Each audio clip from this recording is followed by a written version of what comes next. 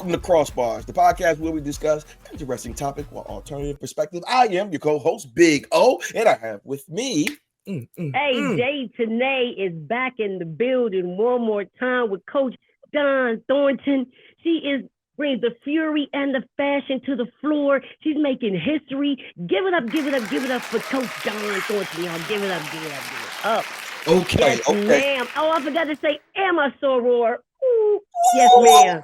Yeah. I can't do it, but they're doing gang signs up. Yes, All right, good. yes. That's what I'm talking Gang about. signs. Hold up, wait a minute. Hold up. All right, before you up here throwing that up, can you step? Because the tall ones sometimes can't step. I was in the faculty step show when I first got to A&M, so I do my Excuse thing. me, ma'am. Duly noted. Okay. Duly noted. Thank you, ma'am. All right, because the tall ones, they be standing in the back, just crying out, like, it's always the little short deltas that be out there setting, Watch out. Watch him out. Okay. All right, now. Okay. All right, here we go. Now, so hold up. First and foremost, okay, where are you originally from? I'm originally from Jackson, Mississippi. Jackson, Mississippi. Okay. All right. So Jackson, Mississippi, that's where we from. And so now, growing up, were you always an athlete? Because I see that you're pretty tall. Were you always? I've been playing. Well, I started off in dance actually when I was like in elementary and middle school, and then I transitioned over to sports as I continued to get taller. Okay, so you coordination, so you turned into sports. Okay, now this is the hard question. All right, is basketball your first love, or is it? First and only. Always. Okay. Wait a minute. Your dance teacher going to watch this and see this. Basketball is everything to me. So I mean, I did softball, I did track, I did volleyball, I danced, I was a flag girl. Okay. She tried it out. So wait. So tell me, what made you fall in love with basketball? Like, what did you see? Like, was it a player? Because me, when I was younger, I saw Magic Johnson, wanted to be him, and then I wouldn't grow no more. Yeah. So it was like, I better take football. Shaquille O'Neal was my idol growing up. As I got taller, a lot of my classmates would call me Baby Shaq. Baby Shaq. Because I literally wanted to go in and mess some people up. I found out I could take my anger and frustration out on the court, in the paint, dominate. So yeah. Does Shaq know that? Does Shaq know that they called you that? Does he know that? No, girl, and I missed him for the swag tournament. He was right there. I could have gone. Oh no, because he would have seen you. I'm just gonna let you know he would have seen you. No, absolutely. You can't miss you. I'm just telling you, you stand out.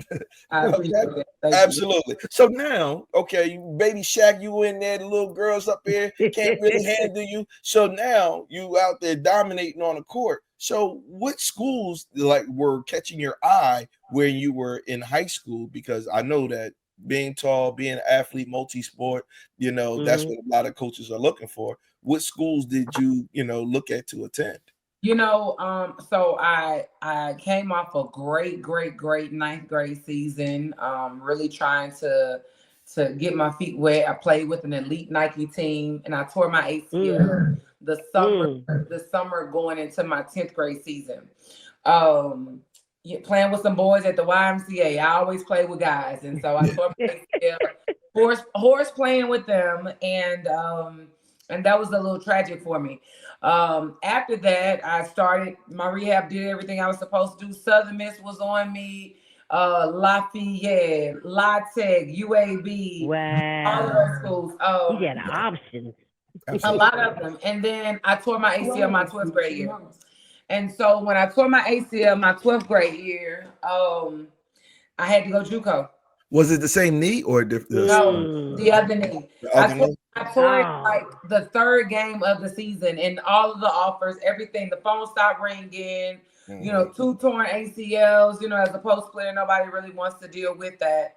But I ended up having to go JUCO from that. And then from there, I did get quite a few offers from my junior college. I played at Atlanta Metropolitan College. Okay. But I wanted to come home. I was a homebody, and I wanted to be near my family and my mom and my dad and my grandmother and my sister. So yeah, that's awesome. Did you have brothers or anything like that? No, I just have a sister. Oh, okay. So you got older sister, younger sister. I have one older sister. One older sister. Okay. Was she an athlete as well? No. No. No. Oh, Let me tell you a true story. This girl was at the free throw line in the 9th grade and just started playing sports. And somebody called her name and was cheering for her in the stands. She turns around and waves to them while the game is going on. Oh no, that's a big no. Yeah, and the coach is putting off the team for that. So he put her off the team for that. I did that at a track meet one time. It was my first time running, and they was like, "Go!" and I'm running like waving in the stands. Yeah, that was first and last. Yeah. Oh, yeah, man, that was tremendous. I did. I had no sports etiquette. It's okay. I was wild.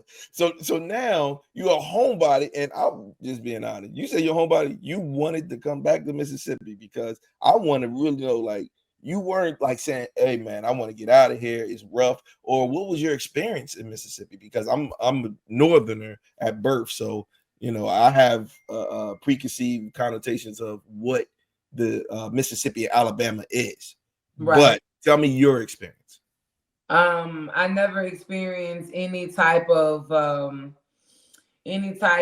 unforeseen situations, circumstances. I never witnessed anything other than love from my city. And I went to middle school and elementary school in a white area. And it was all love. So I've never really experienced a lot of the things that people hear, the myths or the misconceptions of what Mississippi and being down south is about. So I never really had those issues growing up. So it was beautiful for me. Okay, awesome. And was that one of the reasons why you chose to maybe go to a HBCU to coach or even play? Well, my parents, both my mom and my dad, went to Tennessee State. And so we really wanted a shot at me going to Tennessee State, but they never really called. So it was okay though, because I thought that Jackson was just hiring a new head coach, Denise Taylor. She had came out the WNBA. She was hot. It was a splash hire, and I thought that it was a great fit for me during that time. And being back at home just made it a lot better because I was connected to the coach. Okay, so that's super awesome. So now that you're home, but and you're at Jackson, I want you to tell me, how do you feel about Deion Sanders, if you mind me asking? Honestly, when he first got in the league, I kind of had my reservations about it, only because I'm a product of an HBCU, and my husband was coaching at Alcorn at the time, I believe. Okay. And it's hard when coaches like myself, who are product of the conference, when we want to have those opportunities to be able to go back and coach at our schools because we have an HBCU background. And I think, to be honest with you, just naive and not really understanding the trajectory of what these jobs are entailing and how we have to be able to adjust to the new times. I understood it. I was like, you know what, this is really brilliant. It's unfortunate though for regular people like myself, who's not in the Hall of Fame, because a Hall of Fame coach can pick up the phone and call the AD and be like, "Hey, I'm whatever that's like," and they can very well walk in doors that normal people can't.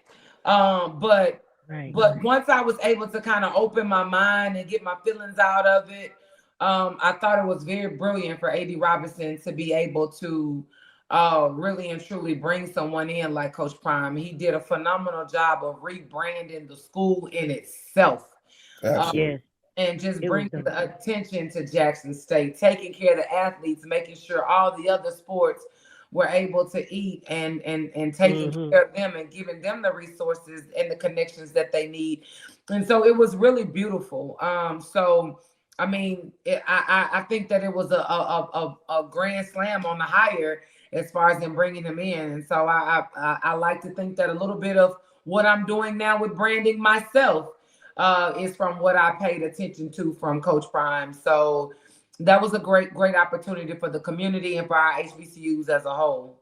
Okay. And I want to say this though, because And doing that, you were talking about, normal people getting it versus a celebrity or somebody of that status. And there's a lot of certifications, and I was looking at all the certifications you have to be in like coaching. Did you have to have, like, how long?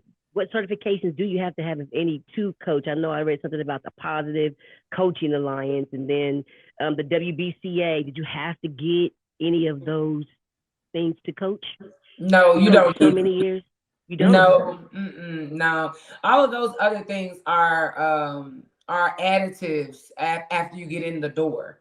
The WBCA, coaching alliances, BCA, Embrace Us. It's so many different, affiliations that you can kind of have your hand in, but those are all like networking opportunities. But as it relates to the job in itself, there's no credential that you need as a coach. Okay, because I have mixed feelings on it. I'm a product of an HBCU, Aggie Pride. However, I see that so many of these former NFL players and NBA players are coming back to the HBCUs, and I'm all for it. For one stance, I was like, yeah, I'm all for it. But then it was like I seen like Eddie George. He then leaves and goes to the other one. And it was like, oh, are you using us as a stepping stone? Because, this is a destination for many of our HBCUs former athletes. Like, they want to coach their alma mater. They want to say, all right, I want to go here. But I said I had to be realistic. And I said, hey, bro, somebody said, hey, you can coach A&D and make, $1 million, $2 million, or you can go up to Chapel Hill and get $12 million. I was like, oh, okay, let me not ever judge them, because I'd be like, oh, deuces, so let me not judge them too harshly. But I'm kind of looking, because I'm thinking like, I want to know if their heart's in the right place, because right now it's looking trendy, so I see Charlie Ward just get hired as the men's coach, I believe, at Florida A&M. Yeah, fam. Then Deshaun Jackson at Delaware State, Michael Vick at Norfolk State. So I'm starting to see like, okay, they coming back, but I'm like, yo, are you just getting experience because your alma mater won't hire you? And it's like, you know what I mean? Like, I ain't feeling that part. But thank you for. Yeah, I think the way that you feel is kind of how I initially felt in the beginning when I saw a lot of these hires as well. Even on the women's side, we kind of went through a small spell of that too, with the Cynthia Cooper and the Cheryl Swoops and the Cynthia Millers and all of these other people. We went through that too. But I think what we have to do is take our feelings out of it. And we have to understand that when people come in to coach at our schools, it's one or two things. Can we get them for a lifetime? We hope so. But, sometimes you can have them in there and they're there too long. But you also got to look at it from the standpoint of, if it is a stepping stone, let's evaluate what they bring to the table while they're in that position. And let's just accept it, because at the end of the day, that's what it's about, right? Our athletes are doing the same. How many of our kids are leaving HBCUs now, jumping into the portal, going Power 5 or going mid-major? So that's we just have to adjust with the times, and that's the times that we're living in right now. We just have to make the adjustment. Yeah, and I think HBCU is in a precarious situation because many of the larger PWI schools, they're not even recruiting high school kids unless you're a five-star blue chipper.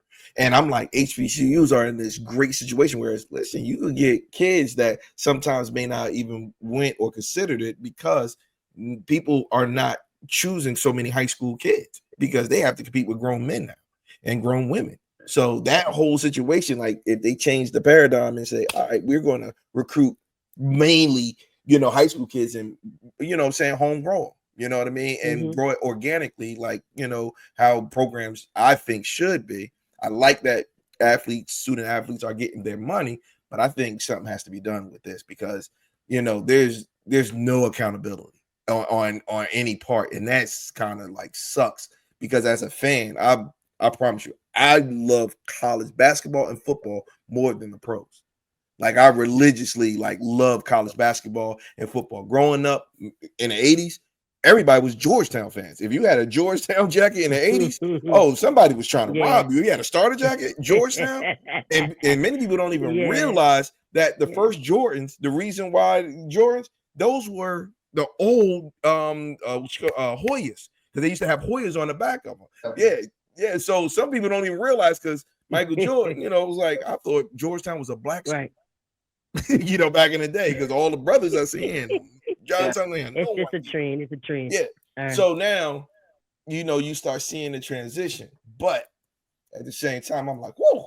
But we got to talk about some good stuff, because now y'all girls are. When you were talking about recruitment, no, you were talking about recruitment, and that's what I wanted to talk about with you, because I know they say that you have this thing, you know how to recruit a player, you know how to get these girls on your team.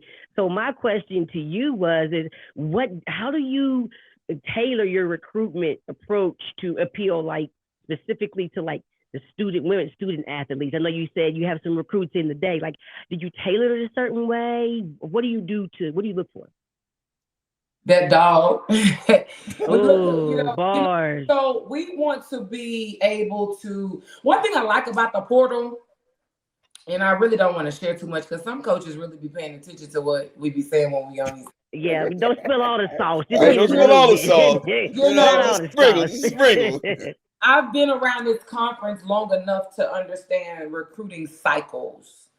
I understand what certain coaches look for in their players. I understand what certain programs, how they want to identify themselves offensively or defensively. And we go and recruit. We go and recruit like that. That's all I can say. Like, okay. All right. So do you use social media to recruit? Like, do you use any kind of digital media to recruit your players? She's giving it sauce. All right, no problem. It's all good. I would say this. I'm going to say, when I get on the phone with a recruit, I'm going to say, why would you not want to come play for me? Everybody in the coaching wants to go and play for the Diva Coach.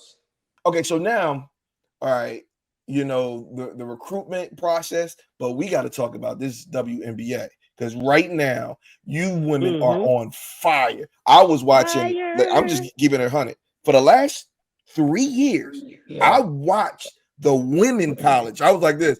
Before I used to watch the men, I was like, look, I don't have, man, these one and dones, I don't even know the name, I don't know the program. And I'm like, oh, okay. Oh, Juju. Oh, I hope Connecticut is Gina going there. Oh, don't, listen, everybody rooting for Dawn. All right. So we rooting for them. However, we kind of are vested in some of these college players, because, we invested in the school, the player and team, because we see them develop. Whereas on the boys' side, a lot of players are one and dones. Whereas on the girls, we can see them cooking. You know what I'm saying? You see, she about to be ready, because we all see what's going to happen with Juju. Everybody like, we thought this was going to be the one, and unfortunately, she had an injury. But everybody knows next season she's going to be back. Do you feel that the women has a better product on the floor for the fan experience than the boys' side? I think that people are just paying attention more to women's sports now. I don't want to say that one has a better brand than the other. I mean, because I'm sure that if you were a men's basketball Duke fan, I'm sure you don't feel that way about a Duke, or like, University of Houston and Florida, those two teams, that just played in the championship. So, that culture, that brand of basketball is always going to be there. I think what we're running into now is, again, awareness on women's sports and how it's evolving. For so long, I remember growing up where people would say, you don't. I remember my high school coach was like, don't put too much sauce on it. I just need a regular layup. I don't need a reverse layup. I don't need you to do too much. Just keep it simple. It's always, for girls, it's always been keep it simple. And anything that we would do outside of the box, we would be labeled as trying to be like the men. You know what I'm saying? And so now I think it's like, look, I'm gonna do let her cook, right? Let her do her thing, let her be herself. Don't put her in a box and just go out and ball out. Be your unapologetically self. So girl power, all of that stuff. So I think that now you're seeing boom fashion, you're seeing boom, sauce, you're seeing boom excitement, you're seeing energy, because everybody is investing into women's sports. Because women that's in the sports are investing in themselves. Yeah, and she say that, wait a minute, because Aja Wilson you were talking about branding and all of that. Now the females are getting shoe deals, but she just got the biggest Nike deal ever. I think they extended her thing like 6 extra years extended contract for her to do that. And so that's unheard of, you know what I mean?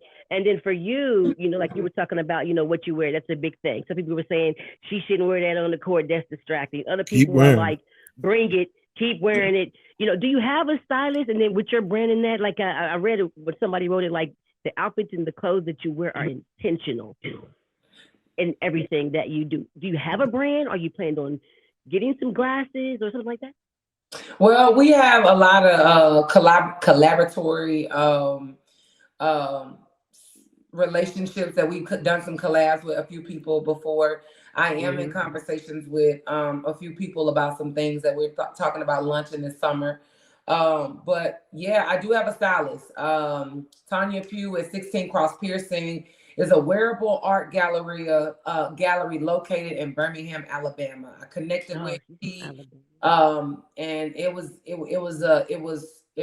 fire as soon as we met each other. And she just did all of that from shopping in my closet. We had a few people to give us some custom things as we promoted the brand, but majority of all the clothes that she chose from were clothes that I just had in my closet, and she just put them together and did some other like little funky things with them, which I was really fortunate for her to be able to do that. Don't really worry about don't really worry about what people have to say, the negative comments that they make, because at the end of the day, it's still content, right? You still know who I am, right? So you can really talk about what I have on. You may not wear it, that's fine. You may think that that's whatever, but guess what? Now you know me. Correct. So when it is something that you may like, then maybe you might go and shop it. Maybe you may go and cop it. I mean, I don't know, but for me, I'm just doing what I've always done. This is not. Don't say it. I heard you about to. I'm doing me. Go ahead. This is not something that I just started doing this year. Those who really know me know that I've been PTSO since I started coaching basketball. So that's who I've been. And this is awesome because it reminds me of the old school where we fell in love with different sports, where Tom Landry always wore the suit, Pat Riley wearing the pinstripes. So, they had the fashion, but now the women say, oh, for real? All right, let me show you what I do. You know what I'm saying? And now we kind of like seeing a little, as I like to say, y'all putting your own sauce on it. You know what I'm saying? Right. And one of the biggest things is, I remember when I first started coaching basketball at a specific institution. I remember people pulling me to the side, talking to me about what I was going to wear. And you should be conservative. You should wear pants. You shouldn't wear skirts. You shouldn't show tattoos. You should have on stockings. Like all of this. Right. Stockings, not stockings. There's something I need to have on stuff. Girl, this ain't church. So I'm just saying, like, we're at a place really and truly where, and I did my thing. I've been doing this, like I said, again, for a long time. But back then, just think about it. I'm trying to focus on the game, put on what I'm comfortable in, what I love wearing, and be me in my best self. You're confident. Yeah. And you worrying about a tattoo, or you worrying about, that should look at the athletes that we're coaching. Yep. Look at the time that we're in. It's okay. I was having a conversation the other day. I told somebody it is if it's okay for you to hire a Black woman with natural hair, then can you not hire a Black male with locks? Right. Who we coaching? That's what we're coaching, right? Right. That's right. And that's awesome. But this part of the show, we have this thing where we do this or that. Now, I got a whole wealth of information from you, that show, because I'm paying attention to what you're saying. And like I said, I was excited to meet you. Let me just say that. Excited to meet you.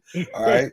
But at the same time, my whole thing is when we do this or that is to make you say both. Like the question is so hard, you're like, oh, I can't choose both. But I want you to choose one or the other. And sometimes we heard people say either. I said, ooh, I'm like, ooh, I didn't know that. All right, so I'm gonna give you like one of the little easy ones: hot dogs or hamburgers? Hamburgers. See, Look, so easy, but they are getting hurt. Please do not get overconfident because that happens. A lot of times you go, oh, this, ooh. All right. So let's start it off with something cool.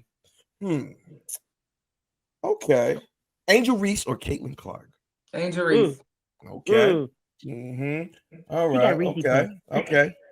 Bands. North Carolina A&T or Alabama A&M? Alabama A&M.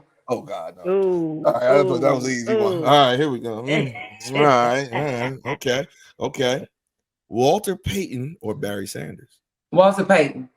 Okay, a little easy. Quick on it. Okay. Listen. They're gonna get harder. Okay, sweetness, absolutely. Yeah.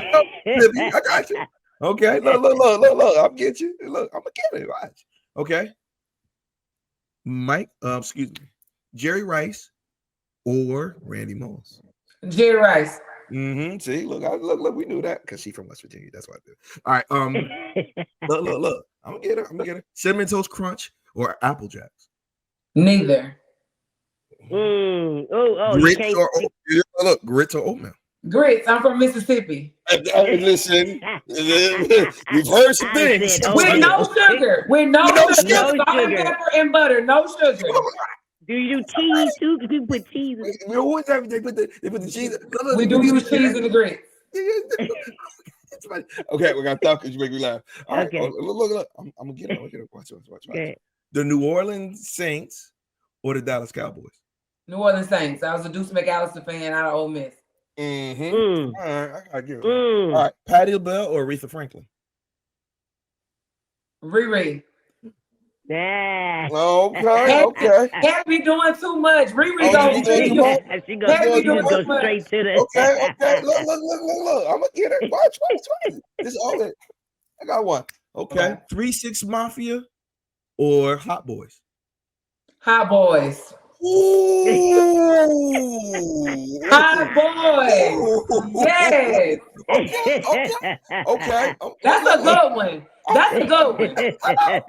That's what I said. Look, but you are real good by answering that quick and being decisive. But she knows what she likes. Go ahead. David Banner or T.I.?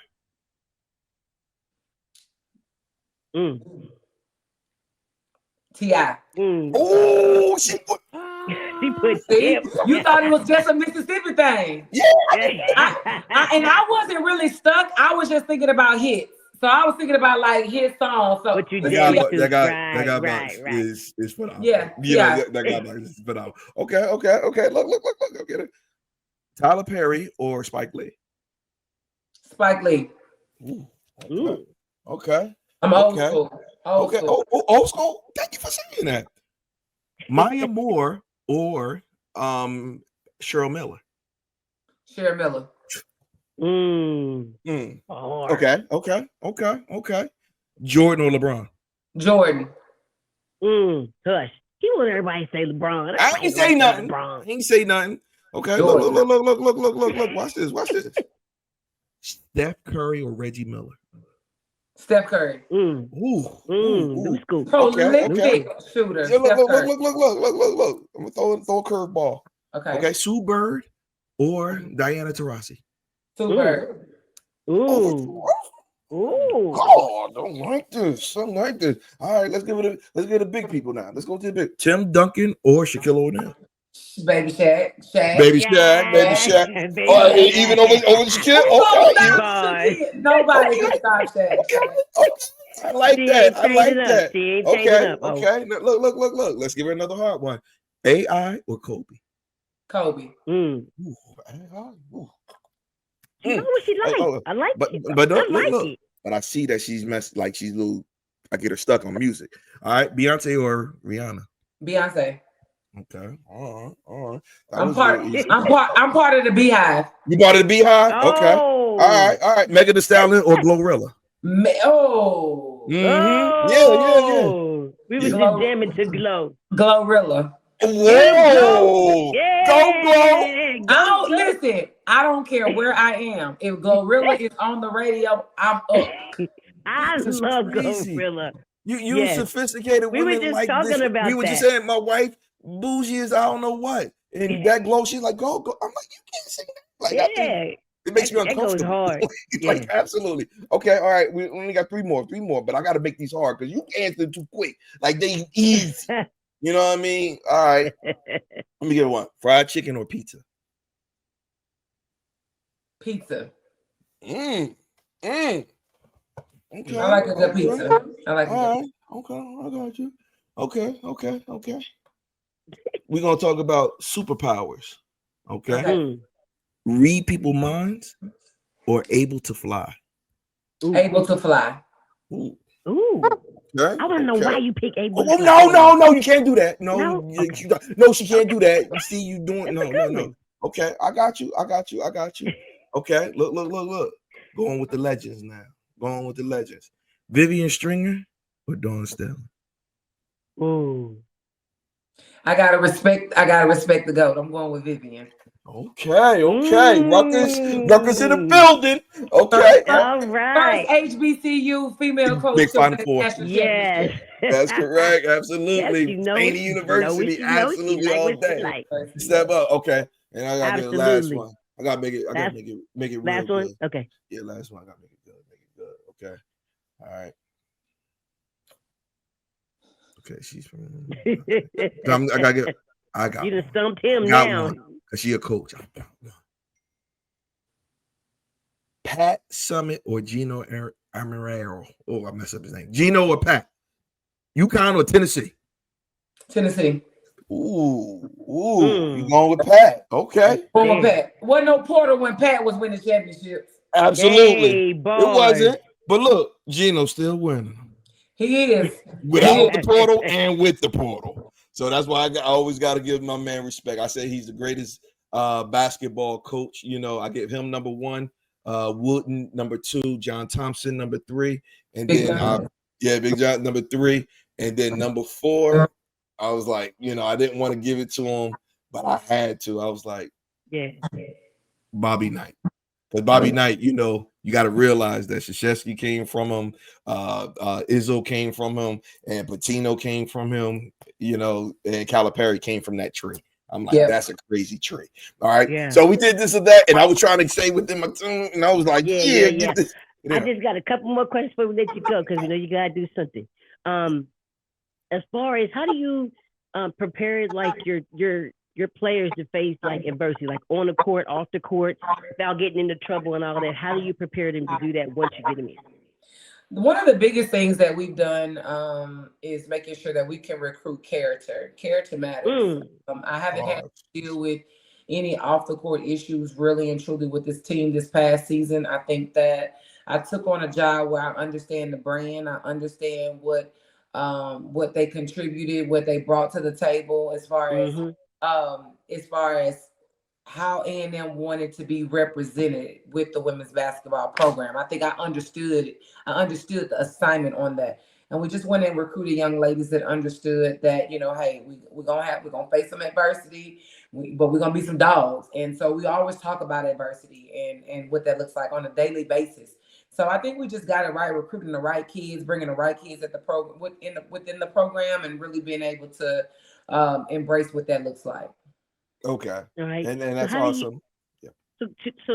So when you win some, you lose some, but you're still successful. So how do you define your success outside of winning and losing? How do you define that? Just relationships, having relationships with these young women, watching how it continues to build and grow, with the relationship of the way that, I was close with Zay and how many doors that's and just so many other great players, and how things like one of my assistants now, I've been knowing her since she was 6 years old. I coached her older sister. Wow. And so just keeping those family ties and those roots kind of still connected through my program, through me, is what I've always just been able to try to do. Okay. And that's incredible. One of the controversies, especially with women basketball, like sometimes when especially females, is it hard to recruit? Let's say if a young lady had a child in high school, is it hard to recruit that young lady? No, I've coached kids before that has kids that brought a child. I had two kids actually, brought both of her babies with her. All right. Joyce Kennerson when she had one son and ended up getting pregnant on me again. But Joyce played for me for 2 years at Arkansas Pine Bluff. So we don't, and I've had kids to get pregnant while playing and give birth.